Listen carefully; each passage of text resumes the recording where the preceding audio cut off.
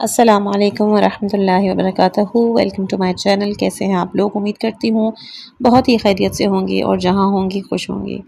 اللہ تعالیٰ آپ کو ہمیشہ خوش رکھے، جسمانی اور روحانی صحت والی زندگی نصیب کرے۔ زندگی میں کبھی بھی آپ کو کسی کا محتاج نہ کرے، اور جو لوگ پریشان ہیں خدا ان کی پریشانیاں دور فرمائے۔ جتنے لوگ بیمار ہیں خدا انہیں صحت دے، اور جو لوگ اس دنیا سے رخصت ہو چکے ہیں خدا ان کی مغفرت فرمائے۔ ہمیں شہداء کی راہوں پہ چلنے کی توفیق عطا کرے۔ یہ دعا ہے میری آپ سب کے لیے، اور آپ سب لوگ مجھے اپنی دعاؤں میں یاد رکھیے گا۔ تو چلتے ہیں ایک کتاب کے اگلے حصے کی طرف۔ هو الذي يصوركم في الأرحام كيف يشاء۔ خداوند متعال سورہ آل عمران کی آیت نمبر 6 میں فرما رہا ہے کہ وہ خدا جس طرح چاہتا ہے رحم مادر کے اندر تصویریں بناتا ہے۔ اس باب میں سید محمد حسین طباطبائی لکھتے ہیں کہ رحم وہی جگہ ہے کہ جس میں بعد کے عالم میں آنے سے پہلے جنین شکل پاتا ہے۔ ناقص جنین وہ ہے جس کی رحم میں تشکیل کامل نہ ہو سکے۔ رحم وہ مقام ہے کہ جس میں لوگ بعد کے عالم کے لیے اپنی حقیقت کے اوزار اور وسائل زندگی بناتے ہیں۔ جب میں اپنی والدہ کے رحم میں حیات دنیا کے اوزار حاصل کرنے کے لیے تکامل پا رہا تھا، میرے ہاتھ، پاؤں، چہرہ شکل پا رہے تھے، میرے بے بدل استاد سید علی قاضی دنیا کے رحم میں عالم برزخ اور بالا تر میں تولد کے لیے تکامل حاصل کر رہے تھے۔ مخلوقات خیال میں ان کی ولادت ایک بار ہوتی ہے، لیکن وہ دراصل یہ نہیں جانتے کہ ہر انسان کو بار بار متولد ہونا ہوتا ہے اور بہت سے ارحام ترک کرنے پڑتے ہیں، بالکل جیسے کسی بچے کے ہاتھ پاؤں اس کی ماں کے رحم میں نہ بن پائیں تو بعد کے عالم یعنی دنیا میں وہ تمام عمر لنگڑانے یا گھسٹنے پر مجبور ہوتا ہے۔ اسی طرح اگر کوئی رحم دنیا میں رہتے ہوئے اپنی حقیقت میں برزخ کے وسائل ایجاد نہ کرے تو وہ برزخی کی سرزمین میں اندھا اور بہرا ہوگا۔ سن 1321 ہجری کی ذی الحجہ میں سید مرتضیٰ کشمیری کی وفات سے کچھ پہلے جب میری ولادت ہوئی اور میں قبل دنیا سے چلنے والا مسافر تھا، اسی وقت میرے استاد برزخ کی حیرت انگیز سرزمین میں ایک کامل موجود بن چکے تھے۔ آخرکار زمانے کے ہاتھوں نے مجھے ان تک پہنچایا، ان کی آسمانی وجود کا خوشہ چین بنایا، اور خداوند اور اہل بیت علیہم السلام کے بعد میرے پاس جو کچھ بھی ہے وہ انہی سے ہے۔ خداوند انسان کی پرورش بہت سے ارحام میں فرماتا ہے، جن سے پہلا ماں کا رحم ہے اور آخری اسماء و صفات کی بے کراں سرزمین۔ چرخ روزگار کے لیے ضروری ہے کہ وہ گھومے اور گھومتا رہے، یہاں تک کہ اس میں سے ایک مرد اٹھ کر ملکوت کا مسافر بنے، جو کمر ہمت باندھے اور خود کو بھلا کر اہل آسمان و افلاکیان کا ہم نفس بن جائے۔ طویل سالوں تک استقامت میں مجاہدت ضروری ہے تاکہ اسے سلطان حقیقت کی مملکت میں داخلے کی اجازت دی جائے اور لامحدودیت اور بے رنگ شراب سے سیراب کیا جائے۔ اگر اس میں قوت اور وسیع ہمت ہو تو اسے دنیا میں پلٹا دیں تاکہ زمینی لوگوں کی دستگیری اور حقیقت کی جانب ان کی رہنمائی کرے۔ جو لوگ اپنی تہذیب میں مصروف ہیں اگر وہ استقامت دکھائیں اور خود سے جنگ کو ترک نہ کریں تو بشریت کے لیے ایسے فوائد کے حامل ہو جاتے ہیں کہ پرکار حقیقت کا دائرہ کبھی اس طرح کھینچا نہیں گیا۔ میرے والدین کا تعلق تبریز سے تھا۔ میرا بچپن اپنے بھائی سید محمد حسن کے ساتھ یتیمی میں گزرا۔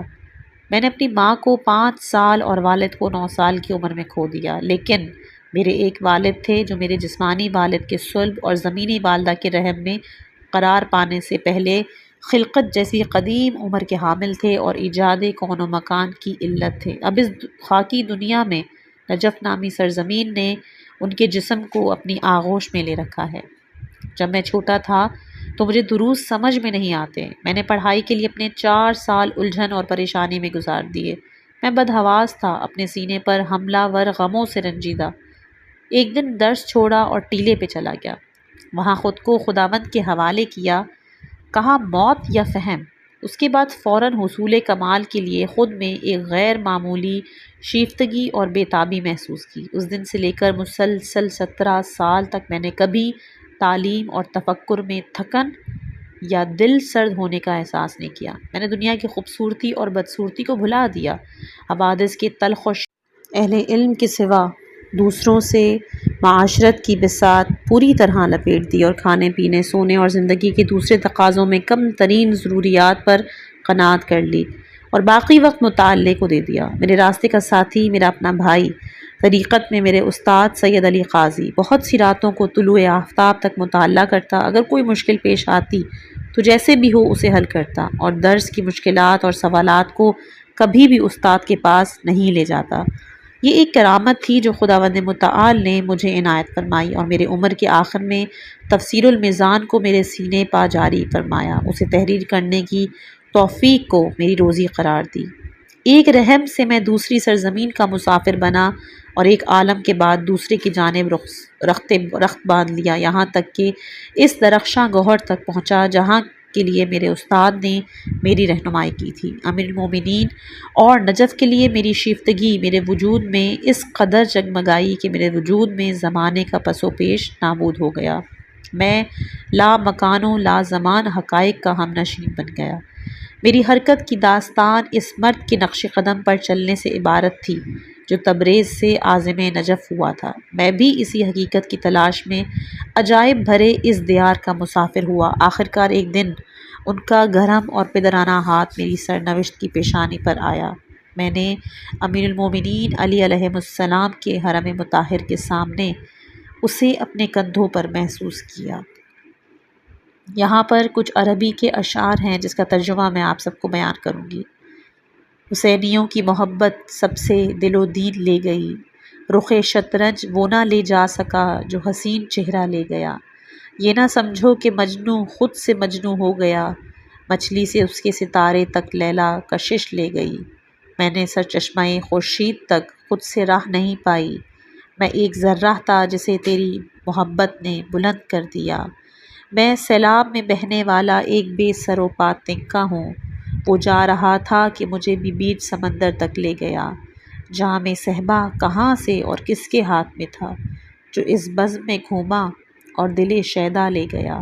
تمہارا خم ابرو تھا اور تمہارے آسمان کا فرش تھا کہ ایک جلوے سے میرا نام و نشاں سب لے گیا۔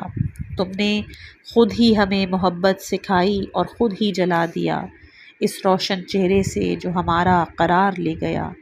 سب دوست تیرے راستے میں تھے مگر تمہارے خم ابرو نے مجھے دیکھا اور مجھ سے ہوش لے اڑا۔ سب ہی دل باختہ اور ہراساں تھے کہ تیرا غم سب کو پیچھے چھوڑ کر مجھے تنہا لے گئے۔ وَمَن يَتَّقِ اللَّهَ يَجْعَل لَّهُ مَخْرَجًا وَيَرْزُقْهُ مِنْ حَيْثُ لَا يَحْتَسِبُ وَمَن يَتَوَكَّلْ عَلَى اللَّهِ فَهُوَ حَسْبُهُ إِنَّ اللَّهَ بَالِغُ أَمْرِهِ قَدْ جَعَلَ اللَّهُ لِكُلِّ شَيْءٍ قَدْرًا۔ خداوند متعال سورہ طلاق کی آیت نمبر 2 اور 3 میں ارشاد فرماتا ہے کہ جو بھی اللہ سے ڈرتا ہے اللہ اس کے لیے نجات کی راہ پیدا کر دیتا ہے اور اسے ایسی جگہ سے رزق دیتا ہے جس کا خیال بھی نہیں ہوتا، اور جو خدا پر بھروسہ کرے گا خدا اس کے لیے کافی ہے۔ بے شک خدا اپنے حکم کا پہچاننے والا ہے، اس نے ہر شے کے لیے ایک مقدار معین کر دی ہے۔ اس باب نمبر 24 میں رخشندہ سادات کہتی ہیں کہ تمام شہر سیاہ پوش کر دیا گیا تھا، کسی کو بھی یقین نہیں آ رہا تھا کہ سید مرتضیٰ کشمیری 55 سال کی عمر میں دنیا سے چلے جائیں گے۔ شہر کے تمام بازار بند، لوگ ایک بزرگ مرد کے سوگ میں عزادار تھے۔ میرا چھوٹا سا گھر بھی اس مصیبت میں غمزدہ تھا۔ میرے بچوں کے والد کہ جو تقریباً 40 سال کے تھے اس جدید غم کو سہنے کی کوشش کر رہے تھے، گویا ان کی روح بزرگ تر ہو چکی تھی۔ اب حوادث کا اثر ان پر کمتر ہوتا تھا، وہ صابر تھے، ان کے غم بہت کم ظاہر ہوتے تھے، لیکن جب میں ان کی آنکھوں میں دیکھتی تو میری روح کو سکون مل جاتا تھا۔ بیٹیاں بڑی ہو چکی تھیں، اپنے والد کو اچھی طرح سمجھتی تھیں۔ سید مہدی نے بھی آہستہ آہستہ جان پکڑ لی تھی، چلنے لگا تھا، گھر اپنے سر پر اٹھائے رکھتا تھا۔ سید علی اور تبریز میں میرے بھائی کے درمیان بہت سے خطوط کا تبادلہ بھی ہوا۔ میرے اصرار پر وہ میرے بھائی کو خط لکھتے کہتے آپ کی بہن اپنی جائیداد فروخت کرنا چاہتی ہیں تاکہ اس رقم سے حج کر سکیں۔ نیز اس شہر میں اپنی زندگی کچھ بہتر بنائیں، لیکن معلوم نہیں تبریز میں کیا مسئلہ تھا کہ وہ میرے والد کے اموال میرے ہاتھ میں نہیں پہنچاتے۔ سید علی کو بہت سے مسائل لاحق تھے، جہاں تک ان سے بن پڑتا نجف کے طلباء کے لیے اپنی آبرو سے خرچ کرتے کہ ایران سے پیسے بھیجے جائیں جن سے نجف کے طلباء کی روٹی کا بندوبست ہو۔ کافی عرصے تک روٹیاں تقسیم کرنے، انہیں نجف کے ترک طلباء تک پہنچانے میں مصروف رہے، ذمہ دار جو اس زمانے میں مراجع تقلید پر عائد ہوتی تھی، لیکن سید علی نے نہایت ہی دلسوزی کے ساتھ اس ذمہ داری کو اٹھایا، طلباء کی ناداری اور بھوک برطرف کی، ہماری اپنی زندگی بھی جیسے تیسے بسر ہو رہی تھی، کبھی روٹیوں سے اپنا حصہ بھی گھر نہیں پہنچ پاتا، فقر کے باعث بچوں پر سخت دباؤ آ جاتا تھا، لیکن میں جانتی تھی کہ مجھے صبر کرنا ہے۔ میرا دل اسی طرح مکہ، مدینہ اور شرعی فریضہ ادا کرنے کی خاطر تڑپتا تھا۔ میں جو کہ تبریز کے بزرگ ترین ثروت مند اور زمیندار کی بیٹی تھی، مجھے ایک چھوٹے سے گھر کے گوشے میں روٹی کے حصے کا انتظار کرنا ہوتا تھا، وہ بھی یہ پہنچے یا نہ پہنچے، لیکن ایک حقیقت میرے دل میں روشن تھی کہ ان سختیوں پہ جو اجر ہے وہ امام علی علیہ السلام کی بارگاہ میں کم نہیں ہوگا۔ میں نے سنا ہوا تھا کہ جس سے بھی زیادہ محبت کرتے ہو اس کا زیادہ امتحان لیا جاتا ہے۔ سید علی نے یہ روایت بار بار مجھے سنائی کہ امیر المومنین علی علیہ السلام فرماتے ہیں کہ جو ہم پیغمبر کے اہل بیت علیہم السلام سے محبت کرے وہ فقر کا لباس پہن لے۔ یہ وہ رستہ تھا جس پر سید علی کو چلنا تھا اور میں ان کی حامی، انہیں یہ اپنے کندھوں پر اٹھانا تھا اور مجھے ان کا ساتھ دینا تھا۔ کسی بھی مرد کے لیے اس سے بڑھ کر کون سا درد ہو کہ اس کی بیوی بچے رات کو بھوکے سوئیں۔ مرد جو کہ غیور ہو، یہ رنج اسے خاک سیاہ پر بٹھا دیتا ہے، اس کے وجود کا ہر بند درد سے بھر جاتا ہے۔ میں کبھی اس کمر شکن درد کو سید علی کی آنکھوں میں جھلکتا ہوا دیکھ کر شرمندگی محسوس کرتی کہ میں تبریز کے بزرگوں میں سے ایک کی بیٹی ہوں۔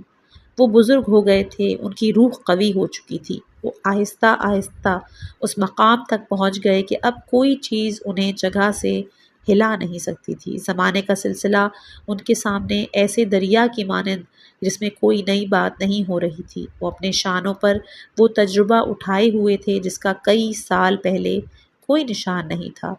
میرے اسرار پر اور زیادہ محکم قلم کے ساتھ انہوں نے میری رقم تبریز میں میرے بھائی سے طلب کی، میری خاطر میرے حق کو چھوڑا نہیں۔ انہوں نے میرے بھائی کو لکھا کہ آپ جانتے ہیں کہ میں آپ کے ارادت مندوں میں سے ہوں، لیکن علویہ کا اصرار ہے کہ ان کے املاک بیچ دی جائیں تاکہ وہ حج پہ جا سکیں، دنیا کو یہودیوں کے دین پر ترک نہ کرنا پڑے۔ میں نے بھی جواب کے انتظار میں امور کو اپنے مولا کے سپرد کر دیا، خود صبور تھی، لیکن بچے اب بڑے ہو رہے تھے، زندگی اور ناداری کا مطلب سمجھ رہے تھے۔ وہ اپنے والد سے بہت محبت کرتے، لیکن بھوک، ناداری، تیل کوئلے سے آری ٹھنڈے گھر کی وجہ سے وہ بھی پریشان ہو جایا کرتے۔ شارع و توسی پر ختم ہونے والی دیوار، شہر کے نزدیک چھوٹا سا گھر جس کی چھت سے وادی السلام کا وسیع منظر، اور وہ لوگ دکھائی دیتے جو سینہ خاک پر آرام کر رہے تھے۔ ہندی طلباؤں کا مدرسہ بنایا گیا تھا تاکہ سید مرتضیٰ کشمیری اپنے اہل و عیال کے ساتھ وہاں رہیں۔ ہم بھی اس مدرسے سے نزدیک تھے، ہمارے گھر کا ہندی طلباء کے مدرسے سے فاصلہ بہت کم تھا، اگرچہ ریاضتوں اور تنہائیوں کی خاطر سید مرتضیٰ کے پاس حرم کا ایک بالائی حجرہ بھی تھا جہاں پر وہ زیادہ تر وقت رہا کرتے۔ جب سید مرتضیٰ اس دنیا سے گئے تو ہماری داستان زندگی ہی بدل گئی۔ سید علی انوار مولا الموحدین کی چمک کو اپنے جدید استاد میں تلاش کرتے تھے جن کا نام سید احمد کربلائی تھا۔ وہ وقت کے منتظر تھے کہ ان کی خدمت میں حاضر ہو سکے، جیسا کہ وہ بتاتے تھے کہ سید احمد ایک الہی اور ربانی مرد تھے، فقیہ، عرفان میں شہر آفاقہ۔ سید نے علی سے کہا کہ تم تو سید احمد کربلائی کی تلاش میں ہو، مجھے اور بچوں کو بھی کربلا لے چلو۔ میرے خیال میں سید احمد کربلا میں رہتے تھے۔ سید علی نے ہنستے ہوئے مجھ سے وعدہ کر لیا تھا کہ وہ ہمیں کربلا لے جائیں گے۔ وہ خود بھی سید الشہداء کی زیارت کی شدت سے آرزومند تھے۔ سید مرتضیٰ کی وفات وہ وجہ بنی کہ وہ ہمیں ان کے مزار پر لے چلیں۔ سید مرتضیٰ کو ملا حسین قلی ہمدانی کے برابر ایک حجرے میں دفن کیا گیا جو کہ سید الشہداء کے سر مطہر کے سامنے تھا۔ سید علی نے کسی اور کے حوالے سے بتایا کہ جب سید مرتضیٰ کو ان کی مرض کی شدت کے باعث بغداد لے جانا چاہا تو انہیں تخت پر لٹایا تاکہ زیادہ حرکت کی وجہ سے ان کا مرض بڑھنے نہ پائے۔ تو انہوں نے درخواست کی کہ بغداد جانے سے پہلے انہیں حرم لے جائیں۔ جب وہ مولا کے حرم پر پہنچے تو دیکھا کہ وہ بات کر رہے ہیں جیسے کوئی ان کے سامنے ہو۔ لوگ حیرت زدہ تھے کہ سید مرتضیٰ کسی بات پر اصرار کر رہے ہیں لیکن سامنے سے جواب میں نفی ہے۔ کچھ دیر اصرار کے بعد وہ خاموش ہوئے۔ بغداد جانے کے وقت جب کسی نے ان سے پوچھا کہ جناب سید آپ کس سے باتیں کر رہے تھے تو انہوں نے جواب دیا کہ میں مولا علی سے گفتگو کر رہا تھا اور درخواست کر رہا تھا کہ اجازت دیں کہ میں ان کے قریب دفنایا جاؤں، لیکن حضرت نے قبول نہیں کیا۔ وہ اپنی جگہ پر درست تھے۔ شاہ ولایت کے کسی عاشق کے لیے اس سے زیادہ بہتر اور کیا ہو سکتا ہے کہ وہ ان کے مزار کے ساتھ دفن ہو۔ میں نے بھی خدا بند سے چاہا تھا کہ ان کی قبر کے ساتھ دفن ہونے کو میری روزی قرار دے، لیکن جب بھی یہ یاد آیا کہ ہم تو تیل اور خمیر نان میں ہی الجھے ہوئے ہیں، یہ فکر ذہن سے نکل گئی۔ کافی بعد یہ بات سمجھ میں آئی کہ بارگاہ الہی میں کوئی چیز گم یا کوئی درخواست مسترد نہیں ہوتی، تاہم ممکن ہے کہ اس کا وقت ابھی میسر نہیں ہو۔ آخر سید مرتضیٰ کشمیری کو بغداد لے گئے۔ ناکام علاج کے بعد انہیں کربلا روانہ کیا۔ لوگ چاہتے تھے کہ انہیں نجف واپس لے آئیں، لیکن وبا کی مصیبت نے عراق کے شہروں کو اپنی لپیٹ میں لے لیا تھا۔ شہروں میں داخلے کے تمام راستے پولیس نے بند کر دیے تھے۔ کربلا میں بیمارستان میں داخل ہونے سے پہلے گویا سید مرتضیٰ اپنی سرنوشت سے آگاہ تھے۔ انہوں نے اپنی انگوٹھی نکال کر معذرت خواہی کے ساتھ کہا تھا، مجھے ڈر ہے یہ انگوٹھی مجھے غسل دینے والے کے لیے باعث تکلیف نہ بن جائے۔ انہوں نے کربلا میں اپنے شاگرد اور مریدوں کی گریہ کناں دہشت زدہ آنکھوں کے سامنے اپنے مظلوم ارباب ابا عبداللہ الحسین کے نزدیک عالم دنیا سے سفر کیا۔ سید مرتضیٰ کربلا اور اپنے مظلوم ارباب ابا عبداللہ الحسین علیہم السلام کے پاس سے دنیا سے رخصت ہوئے۔ باب زینبیہ کے تیسرے حجرے بنام حجرہ کابلیہ میں ملا حسین قلی ہمدانی کے برابر سپرد خاک کیے گئے۔ اسی سے سید مرتضیٰ کا مقام معلوم ہوتا ہے۔ وہ حکمت آشکار ہوتی ہے جس کے مطابق مولا علی نے نجف میں ان کی خاکساری کی مخالفت فرمائی تھی۔ ہم انتظار کر رہے تھے کہ وبا ختم ہو جائے تاکہ ہم سید الشہداء کی زیارت کے لیے جائیں۔ بہت سے طلباء بدھ کی شبوں کو نہر فرات سے پیدل عازم کربلا ہوتے اور جمعے کی صبح واپس آ جاتے۔ سید علی نے بھی بارہا یہی کیا، لیکن مجھے بھی دل میں اپنے جد کی زیارت کی طلب تھی۔ ان سالوں میں چند مرتبہ میں سید علی کے ساتھ کہ وہ تانگہ کرائے پر حاصل کرتے، میں سالار شہیداں کی پابوسی اور بنی ہاشم کے قمر منیر علیہم السلام کی زیارت کے لیے گئی تھی۔ زمانہ گزر رہا تھا، معیشت کی صورتحال سخت سے سخت تر ہوتی جا رہی تھی، لیکن وقت گزرنے کے ساتھ ساتھ وہ اطمینان قلب، وہ باطنی سکون، وہ نور کہ جسے مولا علی نے میرے قلب میں روشن کیا تھا، اس میں اضافہ ہو رہا تھا۔ کچھ عرصے بعد میرے بھائی کا خط مجھ تک پہنچا جس میں انہوں نے ہمارے حج کے لیے جائیداد کی فروخت کا ذکر کیا اور کہا تھا کہ رقم انہوں نے نجف اشرف ارسال کی ہے۔ اس خط کا ملنا میری زندگی کے والذین آمنوا اشد حبا للہ۔ خداوند متعال سورہ بقرہ کی آیت نمبر 165 میں بیان کرتا ہے کہ ایمان والوں کی تمام تر محبت خدا سے ہوتی ہے۔ اس باب میں سید جمال الدین گل پائگانی لکھتے ہیں کہ جنازے کو تابوت سے نکال کر زمین پر رکھ دیا گیا۔ موسم انتہائی سرد اور برفانی تھا۔ میں تخت فولاد کے قبرستان کے بیچ ایک تاریک مقبرے میں آخوند کاشی اور جہانگیر قشقائی کے حکم پر ذکر و فکر میں مشغول تھا۔ زیادہ تر جمعرات اور جمعے کو اصفہان کے تخت فولاد جایا کرتا تھا اور مردوں کے احوال اور انسان کے انجام کے بارے میں تفکر کرتا تھا۔ جس رومال میں کچھ خوراک تھی اس میں نے کھانے کی غرض سے کچھ نکالا تاکہ اپنی شبانہ عبادتیں انجام دے سکوں۔ مقبرے کے منتظم نے جنازہ وصول کیا اور اس کے قریب قرآن پڑھنے میں مصروف ہو گیا۔ مدھم تیل والے چراغ نے مقبرے کے کمرے کو روشن کر دیا تھا۔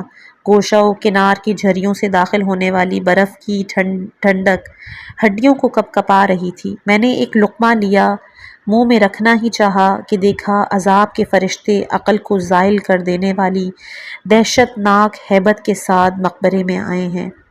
ان کے ہاتھوں میں آگ کے گرز تھے اور میت کے سر و صورت پر ایسے مار رہے تھے کہ اس کی آسمان خراش فریادوں سے یہ عظیم قبرستان گویا متزلزل تھا۔ میں نے سوچا کہ اس عذاب کی کیا وجہ ہو سکتی ہے؟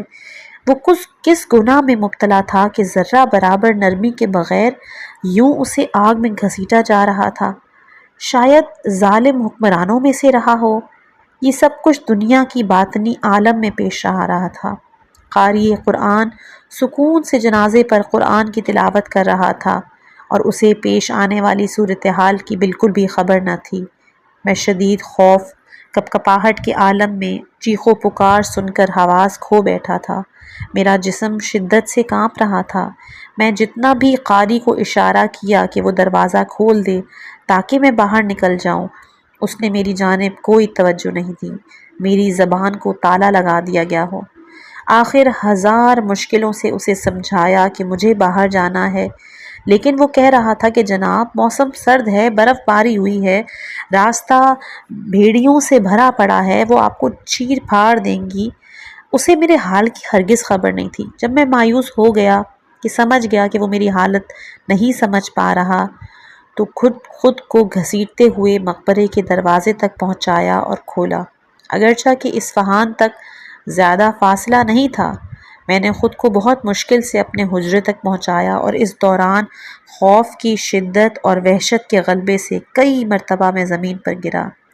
اس مکاشفے کے بعد ہفتے بھر میں اپنے حجرے میں بیمار اور بے حال پڑا رہا اور اس قدر کمزور میرے لیے اپنی جگہ سے ہلنا بھی مشکل۔ وہاں مجھے استاد کے کردار اور سلوک میں ان کی مہر و محبت کا پتہ چلا۔ جہانگیر خان قشقائی آخوند کاشی اگرچہ اپنے زمانے کے بزرگ ترین کم نظیر ترین علماؤں میں سے تھے، وہ میرے لیے دوا لاتے اور مسلسل میری دیکھ بھال میں مصروف ہوتے۔ میں جہانگیر خان کی محبت کو فراموش نہیں کر سکتا۔ انگیٹھی پر میرے لیے کباب تیار کرتے، لقمہ بنا کے زبردستی کھلاتے۔ انہوں نے میرا خیال رکھا، یہاں تک کہ کچھ عرصے بعد مجھ میں وہ قوت آئی، میں اپنی پہلی والی حالت پہ چلا گیا۔ طریقت میں استاد کا ہونا ایک ضروری شرط ہے، جس کی اہمیت میں نے اپنی آنکھوں سے دیکھ لی تھی، خاص طور پر اگر استاد دلسوز ہو، اپنے شاگرد کے احوال پر مکمل احاطہ رکھتا ہو۔ مجھے اصفہان سے نجف آئے کافی عرصہ ہو چکا تھا۔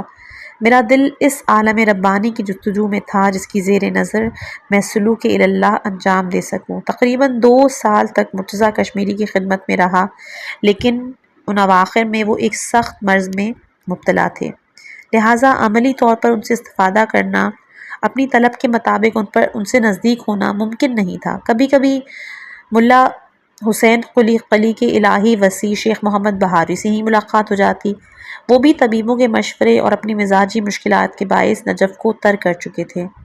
سید مرتضیٰ کشمیری کی ناگہانی رحلت نے مجھے دہشت زدہ کر دیا تھا۔ یہ وہ وقت تھا جب مجھے نجف آئے 2 سال ہوئے اور میری عمر تقریباً 26 سال تھی۔ میں ایک الہی مرد کی تلاش میں ان سے رابطہ رکھوں، آہستہ آہستہ آیت اللہ شیخ علی محمد نجف آبادی سے میرے روابط کا آغاز ہوا۔ وہ ملا حسین ہمدانی کے شاگردوں میں سے تھے اور نجف کے ایک مدرسے کے حجرے میں رہا کرتے تھے۔ ہمیشہ باوضو باطہارت، سال کے چند دنوں کے علاوہ باقی ایام میں روزے رکھتے اور ان کی زبان ذکر الہی میں مصروف۔ میں نے ایک قابل ذکر مدت ان کی تعلیمات کے تحت بسر کی۔ میں مخصوص ایام میں مسلسل مسجد سہلا جاتا، ان کے دستورات پر عمل کرتا، یہاں تک کہ ایک دن جو کچھ واقع ہوا اس نے میری زندگی کا دھارا ہی بدل دیا۔ مسجد سہلا کی سحر میں ایک نسیم چلتی ہے جو پرت کر ہی سمجھ میں آتی ہے، آسمانی خوشبو کے حامل جو انسان کی ہوش اڑا دیتی ہے۔ اگر تاریک شبوں میں انسان کا قلب روشن ہو اور دیکھنے والوں میں سے ہو تو اس کا نور زمین کے درخشاں ترین نکات میں سے ہے۔ ہمیشہ کی طرح میں دستورات پر عمل کرنے کے لیے ہی مسجد سیلا جاتا، وہاں رت جگہ کرتا۔ اس رات میں نے نماز شب، نماز مغرب و عشاء ادا کی اور اس کے بعد اپنے استاد شیخ علی محمد نجف آبادی کے دستور کے مطابق مسجد کے بارے میں وارد اعمال میں مشغول ہو گیا۔ رات کے تقریباً 2 گھنٹے گزر گئے۔ اپنی طاقت بحال کرنے کے لیے میں نے اپنا رومال نکالا تاکہ کچھ کھا لوں۔ ابھی کھانا شروع بھی نہیں کیا کہ اچانک مناجات اور دردناک نالہ کی آواز میرے کانوں میں آئی۔ اس سراسر تاریک مسجد میں میرے سوا کوئی نہیں تھا اور یہ آواز شمال کی جانب سے مقام مطہر حضرت اجلہ فرجہ الشریف کے سامنے مسجد کی دیوار کے پاس سے آ رہی تھی۔ عربی اور فارسی اشعار کو اس قدر پرکشش اور جذب انداز میں سوز و گداز کے ساتھ پڑھا جا رہا تھا کہ اس کے پرجوش احوال کی آگ نے میرے خیال کی ڈور اچک لی۔ میں اپنے وظائف بھول چکا تھا۔ جو بھی تھے وہ عالیۃ المضامین کے دعا کو سوز سے پڑھ رہے تھے، اور جب ایک عبارت پہنچی، یا سیدی یا مولائی یا حجت ابن الحسن صلی اللہ علیہ وعلی روحک و بدنک، جس کا ترجمہ ہے کہ اے میرے آقا، اے میرے مولا، یا حجت ابن الحسن، خدا رحمت کرے آپ پر، آپ کی روح پر، آپ کے بدن پر، آپ خدا کے حضور میرا وسیلہ اور اس طرح میری ذریعہ بنے، مجھے آپ کی محبت میں آرزو کا حق پہنچتا ہے، پس خدائے بلند و بزرگتر کے ہاں میری سفارشی بنے، میری یہ داستان اس تک پہنچائیں تاکہ وہ مجھے اس جگہ سے تمام حاجت اور مرادوں میں کامیاب کر کے وطن پلٹائے۔ وہ عشق کے ایسے آتش فشاں میں تبدیل ہو گئے کہ میں اپنا خود کا لقمہ بھول گیا۔ غذا کا رومال میرے سامنے کھلا ہوا تھا اور میں حیرت سے اس شعلہ ور آگ کو دیکھ رہا تھا۔ نہ میں کچھ کھا سکا، نہ سو سکا، نہ اپنی نماز شب، نہ دعا، نہ ذکر پر توجہ۔ گویا میرا قلب اس مرد کی مناجات اور آسمانی کشش کے ہاتھوں تسخیر ہو چکا تھا۔ وہ کبھی گریہ کرتا، کبھی خاموش۔ جب وہ پڑھنا شروع کرتا چند قدم آگے آ جاتا اور اذان صبح کے وقت انہوں نے قطب عالم امکان اجلہ تعالی فرجہ الشریف کے مقام اطہر کے مد مقابل آ کر طویل دل خراش گریہ کرنے کے بعد پرجوش سینے اور جھلسے ہوئے جگر کے ساتھ، جس سے عاشق کا سوزناک ترنم ہو، امام زمانہ کے مقدس بارگاہ میں کچھ اشعار کہے۔ اس کے بعد جیسے کوئی آنکھ پر پانی ڈال دے، وہ ایسے خاموش ہو گئے، کچھ نہ کہا۔ پھر تاریکی میں چند رکعت نماز ادا کی اور صبح ہو گئی۔ وہ اپنی جگہ سے شاندار سکون کے ساتھ اٹھے، نماز صبح پڑھ کے تاکہ بعد میں مصروف ہو گئے۔ اس کے بعد طلوع آفتاب تک فکر و ذکر میں مشغول رہے اور پھر اٹھ کر مسجد سے نکل گئے۔ اس دوران میں اپنے سب کام چھوڑ کر حیران اور مبہوت اس آسمانی شخصیت کو دیکھ رہا تھا۔ مسجد سے نکلتے وقت میں مسجد کے شرقی ضلع میں واقع خدام کے دفتر گیا۔ خدام مسجد کے انچارج سے پوچھا، یہ کون تھے؟ کیا آپ انہیں نہیں جانتے؟ انہوں نے کہا، ہاں میں انہیں پہچانتا ہوں، وہ سید احمد کربلائی ہیں، جو بعض شبوں میں جب مسجد خالی ہوتی ہے تو آتے ہیں، اور یہی حال ہوتا ہے ان کا۔ میں دل و جان سے ان پر فریفتہ ہو گیا۔ میرے تمام فکر ان کی جلا دینے والی عشق کی جانب مبذول ہو گئے۔ لگتا تھا کہ میرا قلب ان کے اختیار میں ہے۔ میں نجف واپس آیا۔ سید احمد کا ماجرا اپنے استاد شیخ علی محمد نجف آبادی کو بتایا۔ وہ اٹھے، کہا چلو میرے ساتھ۔ میں سوچ رہا تھا وہ کیا کرنا چاہتے ہیں، اسی لیے پوچھا، جناب شیخ ہمیں کہاں جانا ہے؟ انہوں نے اپنے چہرے پر طاری سنجیدگی کے ساتھ اور جیسے امانت واپس کرنے کے خیال سے بہت خوش ہوئے کہا، میرے پیچھے آؤ۔ ہم نجف کی گلیوں سے پیچ و خم سے گزرتے ہوئے، قصاب دودھ بیچنے والوں کے پاس سے ہوتے ہوئے ایک گھر کے سامنے کہ جس کا لکڑی کا دروازہ خستہ حالت میں تھا، شیخ علی نے دستک دی۔ جلد ہی دروازہ کھلا۔ میرا دل تو بیٹھا جا رہا تھا۔ وہ پر اسرار مرد کہ جن کا چہرہ گریہ کی شدت سے شب بیداری کے باعث خورشید کی مانند دمک رہا تھا، گھنی داڑھی، درمیانہ قد، اپنے ہونٹوں پر ایک موجود ہنسی جس کا تعلق گزشتہ شب کی احوال سے نہیں تھا، وہ ہمارے سامنے۔ شیخ علی محمد نے نہایت ہی محبت سے ملا حسین قلی کے حضور اپنے قدیم ساتھی شاگرد کو گلے لگایا، کہا سلام علیکم جناب سید احمد۔ سید احمد نے شیخ علی محمد کو زور سے آغوش میں لیتے ہوئے مجھ پر نظر ڈالی اور کہا شیخ علی عزیز کو سلام، فقیروں کو یاد کیا؟ شیخ علی محمد نے سید احمد کی پیشانی چومی اور مجھے دیکھ کر کہا کہ میرے ہاتھ میں ایک امانت تھی جسے آپ تک پہنچانا بہت ضروری تھا۔ مسکرائے، کہا امانت کیا ہے؟ شیخ علی نے میرا ہاتھ آہستہ سے پکڑا اور ان کے ہاتھوں میں تھما دیا۔ میرا ہاتھ انہیں تھما کر کہا کہ اب سے اخلاق اور عرفان میں تمہارے استاد یہ میرے بھائی سید احمد کربلائی ہیں، جو کہ ملا حسین قلی ہمدانی کے قدیم شاگردوں میں سے ہیں۔ اب تم ان کا دستور حاصل کرو اور پیروی کرو۔ اس ہرن کی مانند جو شکاری کے جال میں پھنس چکا ہو، میرا دل ان کے قبضے میں تھا۔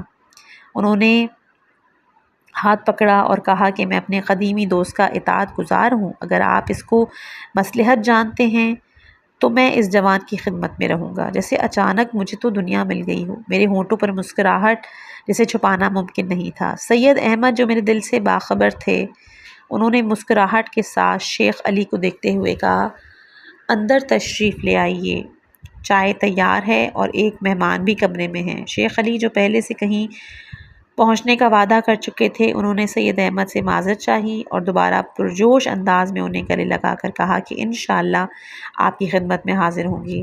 یہی دیدار ایک توفیق تھی میری جوانی کے ساتھی۔ بہرحال سید احمد نے ہنستے ہوئے کہا کہ بتاؤ تمہارا نام کیا ہے سید جوان؟ آپ کے ہاتھ چومنے والا سید جمال الدین ہوں۔ کہا تم کہاں سے ہو سید جمال الدین؟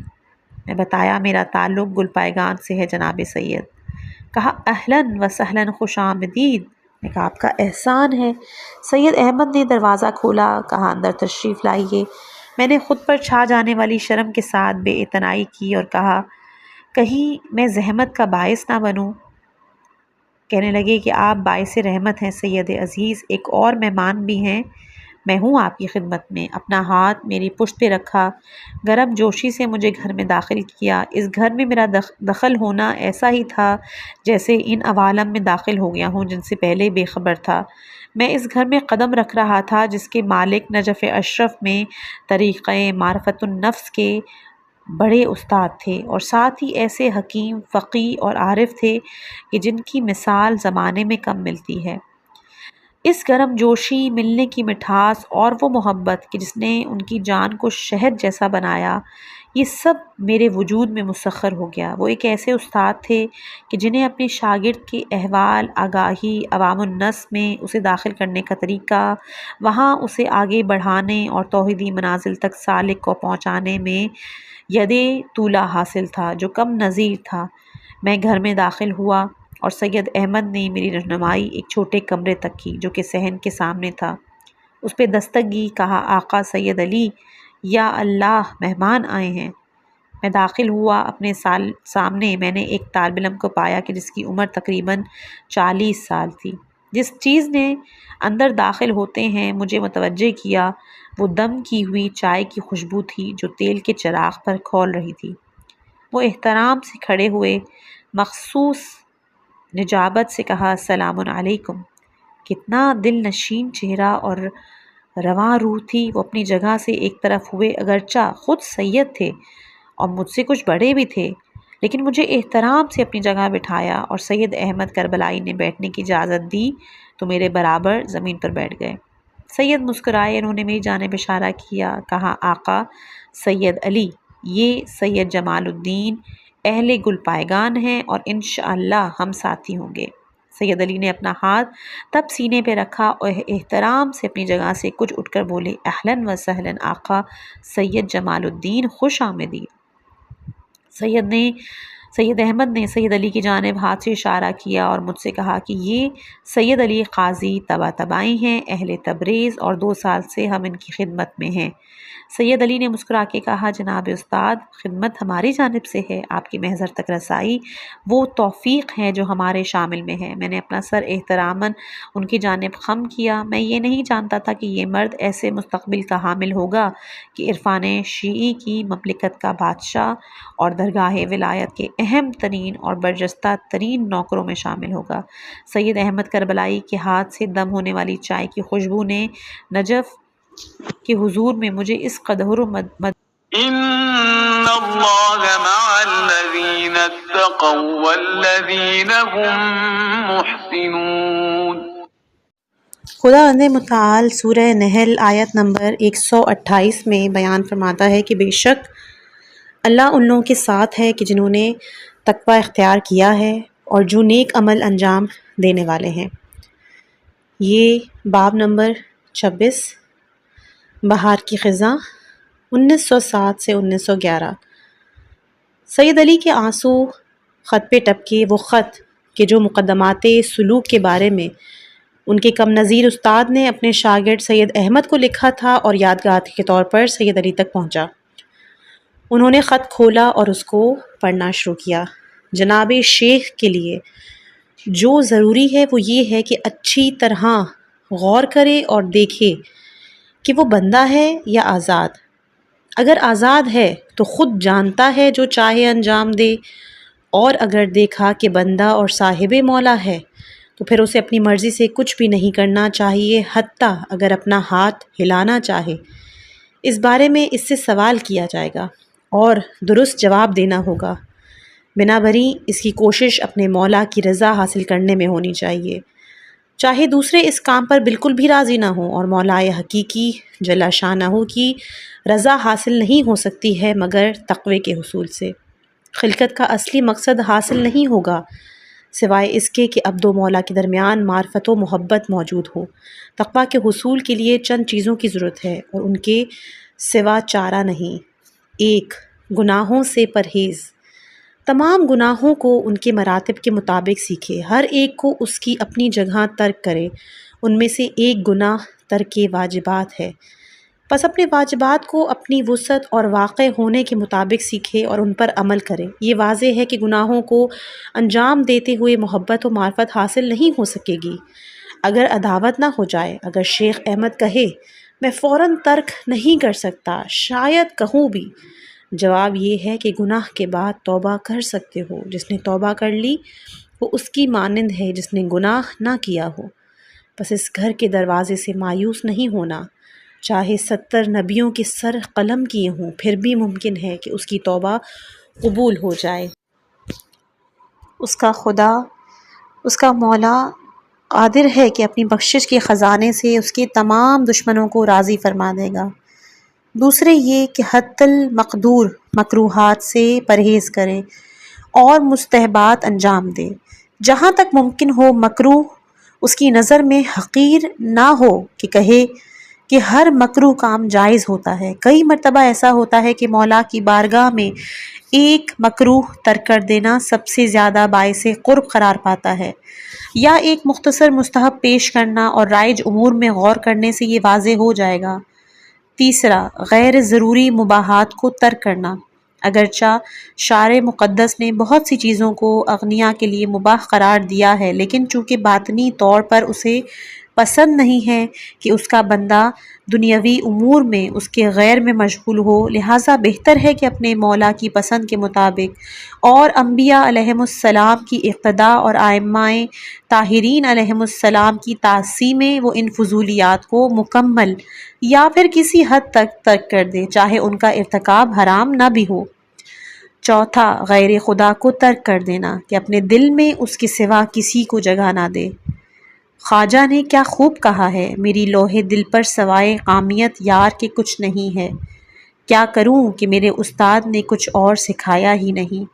اگر جناب شیخ احمد کہیں کہ اس معاش، بیوی بچوں اور یار دوست کے ہوتے کیسے ما صفا اللہ کو ترک کروں کہ اپنے قلب میں اس کی یاد کے سوا کچھ نہ ہو، عام طور پر ایسا ہونا بعید ہے اور ممکن نہیں، تو ہم کہتے ہیں جتنا تمہیں ترک کرنا ہے وہ شخص ہے جو تمہیں اس جلا شانہ کی یاد سے روکتا ہے۔ ایسے شخص سے واجب و ضرورت سے زیادہ میل جول نہیں رکھنا چاہیے، لیکن جو بھی تمہیں خدا کی یاد دلائے اس سے دوری اختیار کرنا صحیح نہیں ہے۔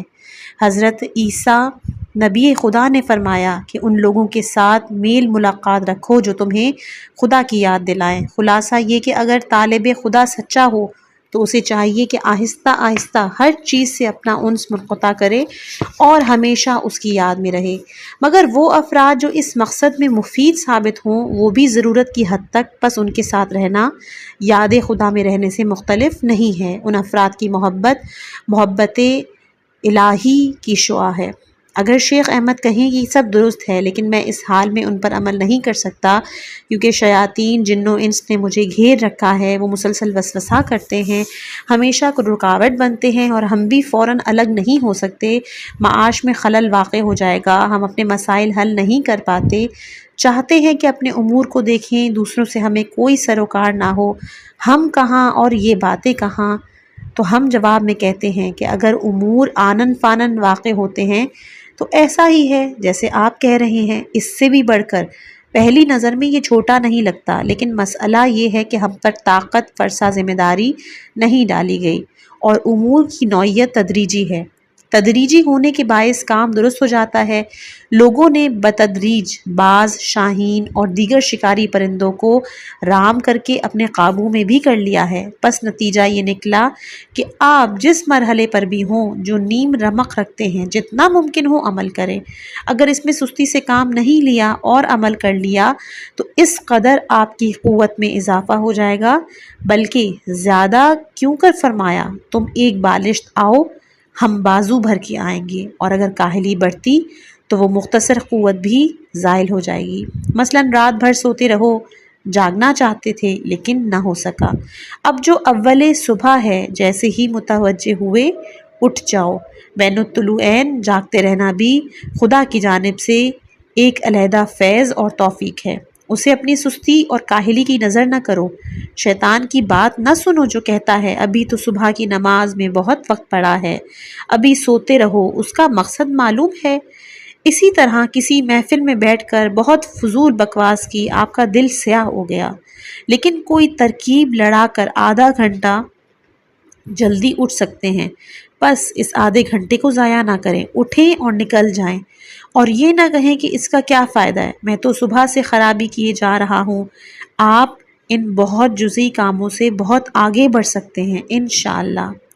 پس شیخ احمد کے لیے لازمی ہوا کہ وہ عمل کریں اس ترتیب سے جو میں لکھ رہا ہوں۔ اولاً کام جو بھی ہو اپنا وقت ضائع نہ کریں، اس کے بعد بعض اوقات بے مقصد ہوتے ہیں، ہر چیز کے لیے وقت مقرر ہونا چاہیے، اس کے اوقات کی تقسیم بندی ہو، عبادت کے لیے وقت مقرر ہو، اس وقت عبادت کے سوا کچھ نہیں، کسب معاش کے لیے وقت قرار دیں، اپنے اہل و عیال کے معاملات کی خاطر بھی وقت مقرر کریں، کھانے اور سونے کا بھی وقت مقرر کریں، ان کی ترتیب بھی خراب نہ کریں کہ سارے اوقات ضائع ہو جائیں۔ جہاں تک ممکن ہو رات کے آغاز کو سونے کا وقت قرار کریں، بلا وجہ نہ بیٹھے رہیں کہ آخر شب ہاتھ سے نکل جائے اور وہ سوتا رہ جائے، طہارت کے ساتھ سوئیں، معصورہ دعائیں پڑھیں، خاص طور پر جناب صدیقہ طاہرہ سلام اللہ علیہا کی تسبیح، صبح ہونے سے پہلے بیدار ہو جائیں، جاگتے ہی سجدہ شکر بجا لائیں،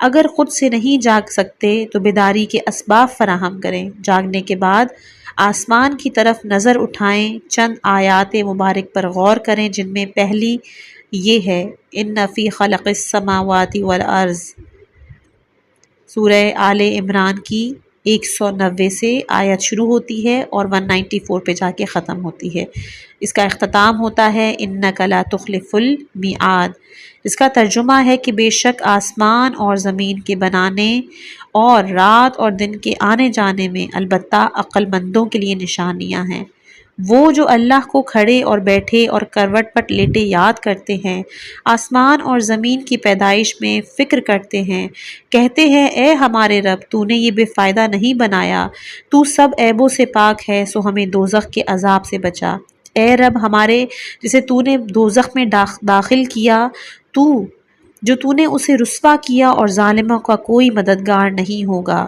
اے رب ہمارے ہم نے ایک پکارنے والے سے سنا جو ایمان لانے کو تیار تھا کہ اپنے رب پر ایمان لاؤ سو ہم ایمان لائے، اے رب ہمارے اب ہمارے گناہ بخش دے اور ہم سے ہماری برائیاں دور کر دے اور ہمیں نیک لوگوں کے ساتھ موت دے، اے رب ہمارے اور ہمیں دے جو تو نے ہم سے اپنے رسولوں کے ذریعے سے وعدہ کیا اور ہمیں قیامت کے دن رسوا نہ کر، بے شک تو وعدے کے خلاف نہیں کرتا۔ اس کے بعد طہارت، وضو اور مسواک کر کے نیز عطر بھی لگائے جائے نماز پر بیٹھے، اور پھر ایک اور دعا ہے الہی غیرت نجوم سمائی کا۔ اس کے بعد نماز شب پڑھنا شروع کرے، جیسے کہ فقہا نے لکھا ہے، مثلا شیخ بہاؤالدین نے مفتاح الفلاح اور دوسروں نے مصابیح وغیرہ میں تحریر کیا ہے، مہیا وقت کے مطابق اس پر تفصیل یا اختصار سے عمل کرے۔ خلاصہ کہ آفتاب کے اول وقت تک عبادت کرے، عبادت کے سوا کوئی اور کام انجام نہ دے، دوسرے کاموں کو اس وقت پر نہ ڈالے، تمام وقت شرعی ذکر میں مشغول رہے۔ اگر ابھی تک اہل فکر نہیں ہو، لیکن اگر وقت گزرنے کے ساتھ فکر میں مشغولیت پیدا کر لی ہو، تو فکر کا جو بھی سلسلہ ہاتھ میں ہو ان اوقات میں اس پر توجہ دے۔ اگر وہ دیکھے کہ فکر کا سلسلہ بآسانی جاری ہے تو ذکر کے بجائے اسی کو آگے بڑھائے، اگر فکر کو منجمد پائے تو اسے چھوڑ دو اور ذکر کی طرف آ جاؤ۔ اس بات کا خیال رکھے کہ جو عمل بھی اس پر زیادہ مؤثر ہے اسے دیگر اور دوسروں پر ترجیح دے، چاہے قرآن کی قرأت ہو، مناجات، دعا، ذکر ہو یا نماز یا سجدہ ہو۔ اس کے بعد اپنے گھریلو امور مرتب کرنے کا حکم ہے، حسب ضرورت اہل خانہ کے ساتھ رہے، بازار جائے جو بھی ملے اسے سلام کرے، سلام کے سوا کچھ نہ کہے، بازار میں داخل ہونے تک اپنے ذکر میں مشغول رہے۔ بازار میں داخل ہونے کا مخصوص ذکر وارد اپنے کام میں مشغول رہے۔ بازار میں ذکر کرنے کا بہت ثواب ہے۔ بازار میں ذکر کرنے والا ایک تاریک گھر میں چراغ کی مانند ہے۔ خود کو بلا وجہ لوگوں کی دنیاوی مسائل میں داخل نہ کرے، لوگوں کو اپنے ارد گرد جمع نہ کرے، انہیں نصیحت بھی نہ کرے۔ ہاں، اگر کسی سے کوئی بری بات دیکھے تو اگر ممکن ہو اپنے طریقے کے مطابق اسے برطرف کرے، اور اگر دیکھے کہ فائدہ نہیں ہوگا یا کہنے سے اور برا ہو جائے گا تو اسے نہ چھیڑے۔ نماز کے مخصوص اوقات کا لحاظ رکھے، جہاں تک ممکن ہو زیادہ تر باطہارت رہے۔ نماز صبح کے بعد 100 مرتبہ استغفار، 100 مرتبہ کلمہ توحید، 11 مرتبہ سورہ توحید اور 100 بار اللہم صلی علی محمد و آل محمد وعجل فرجہم ضرور پڑھے۔ نماز عصر کے بعد والے مخصوص استغفار پڑھے، 10 مرتبہ سورہ قدر کے ساتھ۔ حتی الامکان روزہ ترک نہ کرے، خاص طور پر ہر مہینے کی 3 دنوں میں پہلی، آخری جمعرات اور ہر مہینے کے درمیان والا بدھ، اگر مزاج ٹھیک ہو، ورنہ مزاج کا خیال رکھنا ترجیح رکھتا ہے، کیونکہ بدن انسان کی سواری ہے، اگر اسے نقصان پہنچا تو انسان کام نہیں کر سکے گا، لہٰذا اس سے اس قدر کام نہیں لینا چاہیے کہ وہ باغی ہو جائے اور اطاعت نہ کرے۔ خیر الامور اوسطہا کا اطلاق ہر جگہ ہوتا ہے، کوئی بھی افراط و تفریط کسی بھی مرتبے پر صحیح نہیں ہے، اسی لیے فرمایا ہے علیکم بالحسنۃ، تمہارے لیے وہ حسنہ یہ نیکی ہے جو 2 برائیوں کے درمیان واقع ہوئی ہے، ایک افراط کی برائی اور دوسری تفریط کی برائی۔ رات میں جب بھی ہو سکے اچھا ہے کہ ایک طویل سجدہ انجام دے، یہاں تک کہ اس کا بدن تھک جائے اور اس کا ذکر مبارک سبحان ربی الاعلی و بحمدہ کو قرار دے۔ حت المقدور جو بھی پڑھے وہ حضور قلب کے ساتھ ہو، اس کے حواس دوسری جگہوں پر نہ ہو، مستقل مزاجی سے کام لے تاکہ عمل اس کا ملکہ اور عادت بن جائے کہ پھر کبھی ترک نہ ہو۔ فی الحال اس سے زیادہ کی گنجائش نہیں ہے، چند کلمات بطور اختصار لکھے گئے ہیں، اگر دوسرے مطالب ضروری ہوئے تو شاید بعد میں لکھے جائیں انشاءاللہ تعالی۔ محمد بہاری 1317 سن 1325 ہجری قمری میں سید مرتضیٰ کشمیری کی وفات کے تقریباً 2 سال کے بعد ایک سخت اور تلخ خبر نجف کی ملکوتی فضا پہ چھائی کہ شیخ محمد بہاری ہمدانی جو علاج کی خاطر ایران گئے تھے بہار ہمدان میں، جبکہ وہ 60 سال سے زیادہ کے نہیں تھے، انہوں نے سالکوں کی اپنی آسمانی وجود سے خوشہ چینی کی بہار میں اس خاکی دنیا سے بعد کے عالم میں رحلت فرمائی۔ یہ ایران اور نجف کے بہت سے بزرگ اور سالکوں کے لیے ایک دردناک خبر اور المناک نقصان۔ شیخ محمد بہاری ایسی لطیف روح قدرت مند اثر نفس کے حامل اگر مختصر وقت کے لیے کسی کے ساتھ نشست و برخاست کرتے تو ان کے دل، قلب، روح اور جان کو تسخیر کر لیتے۔ سید علی سے ان کے مختصر رابطے نے سید علی کے وجود میں توحیدی تحرکات پر نمایاں اثر مرتب کیا۔ سید احمد کربلائی کہ جو شیخ محمد کے قدیم بنیادی دوستوں میں سے تھے، انہوں نے ملا حسین قلی ہمدانی اور شیخ محمد بہاری کی اخلاق، باطن اور الہی روح کے شفاف آئینے کو سید علی کے لیے فراہم کیا تھا۔ شیخ محمد بہاری نے اپنی زندگی میں دنیا بھر کے سالکوں کو بہت سے خطوط لکھے، جن میں سے ہر ایک پر عمل کرنا سالک اللہ پر نیا دروازہ کھولتا ہے۔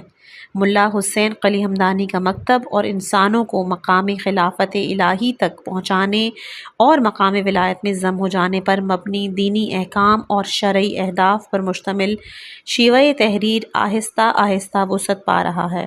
اس رگ حقیقت کو جاری رکھنے والے نجف اشرف کے ایک مرد تھے کہ جو آہستہ آہستہ اپنی حیرت انگیز سرنوشت سے نزدیک ہو رہے تھے تاکہ اہل طریقت کے لیے ایک خورشید اور قطرات ولایت کے پیاسوں کے لیے اوقیانوس ثابت ہوں۔ امید کرتی ہوں کہ آج کی داستان آپ کو پسند آئی ہوگی۔ ضرور آپ نے اس کتاب سے، ان ویڈیوز سے کچھ نہ کچھ سیکھا ہوگا۔ اگر آپ میرے اس چینل پر نئے ہیں تو مجھے سبسکرائب کرنا بالکل مت بھولیے گا اور نوٹیفیکیشن کو یاد سے آن کر لیجئے تاکہ آپ اس صراط مستقیم کا حصہ بن جائیں، اور امید ہے کہ واقعاً ہم لوگ اس صراط کی طرف چلتے چلتے اپنے خدا کی تجلی کو پا سکیں۔ اپنی دعاؤں میں مجھ حقیر کو ضرور یاد رکھیے گا۔ والسلام علیکم۔